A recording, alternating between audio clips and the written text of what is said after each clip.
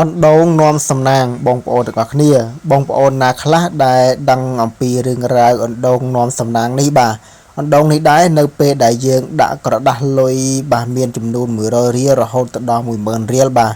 លុយនោះវានឹងនាំសំណាងទៅដល់បងប្អូនទាំងអស់គ្នាបាទ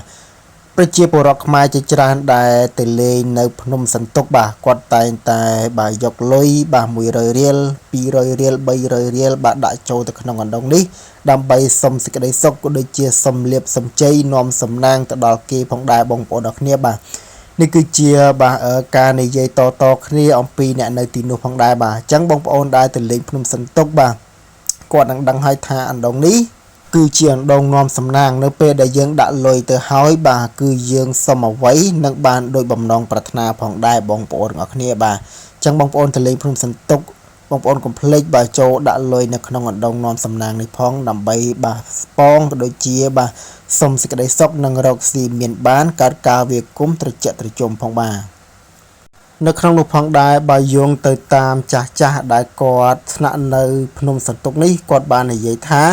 នៅពេលដែលប្រជាពលរដ្ឋខ្មែរឡើងទៅដល់ភ្នំសន្ទុកគាត់បានយកលុយបាទ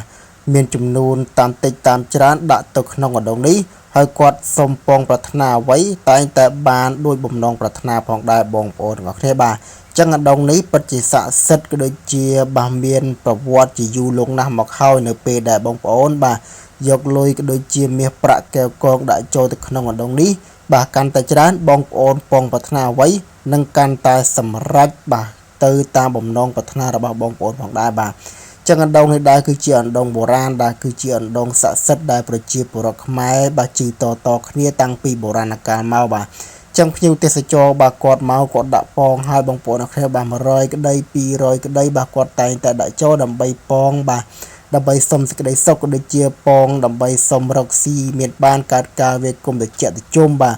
ដើម្បីឲ្យខ្លួនឯងហ្នឹងបាទគឺរកស៊ីមានបានផងដែរអ្វីដែលប្រជាពលរដ្ឋខ្មែរតែងតែមានជំនឿនោះគឺពួកគេនៅពេលដែលឡើងទៅដល់ហើយពួកគេតែងតែបាទយកលុយក៏ដូចជាអ្វីដែលពួកគេគិតថាបាទនាំសំឡាងដល់ពួកគេនឹងយកដាក់ចូលទៅក្នុងអណ្ដូងនេះដើម្បីបាទបួងសួងក៏ដូចជាសុំសេចក្តីសុខសេចក្តីប្រាថ្នាដើម្បីឲ្យគ្រួសាររបស់គេនឹងបាទគឺបាទមានសុភមង្គលក៏ដូចជាជួបជុំគ្រួសារកុំឲ្យបែកបាក់គ្នាបងប្អូនអរគ្នាបាទអញ្ចឹងបងប្អូនដែលមានបំណងចង់ទៅលេងភ្នំសន្ទុកបាទបងប្អូនកុំភ្លេចអណ្ដូងមួយនេះឲ្យសោះបងប្អូនអរគ្នាដោយសារតែអណ្ដូងនេះបាទគឺជាអណ្ដូងបាទជំនឿរបស់ខ្មែរយើងក៏ដូចជាអណ្ដូងបុរាណតាំងពីយូរលង់ណាស់មកហើយបងប្អូនអរគ្នាបាទចឹងទេអេដមីនគ្រាន់តែបាទបញ្យល់ប្រាប់បងប្អូនអរគ្នាដែលបងប្អូនមិនទាន់បានទៅបាទបើសិនជាបងប្អូនបានទៅហើយកុំភ្លេចបាទដាក់លុយ100រៀលក្តី200រៀលក្តីដើម្បីបួងសួងសុំបាទប្រាថ្នាបាទកើតជាតិណាឲ្យជោគតែមនុស្សល្អក៏ដូចជាបាទមានទ្រព្យសម្បត្តិកើតជាកុមហាសេដ្ឋីបាទបងប្អូនអរគ្នាបាទអញ្ចឹងកុំភ្លេចបាទទៅដាក់លុយរបស់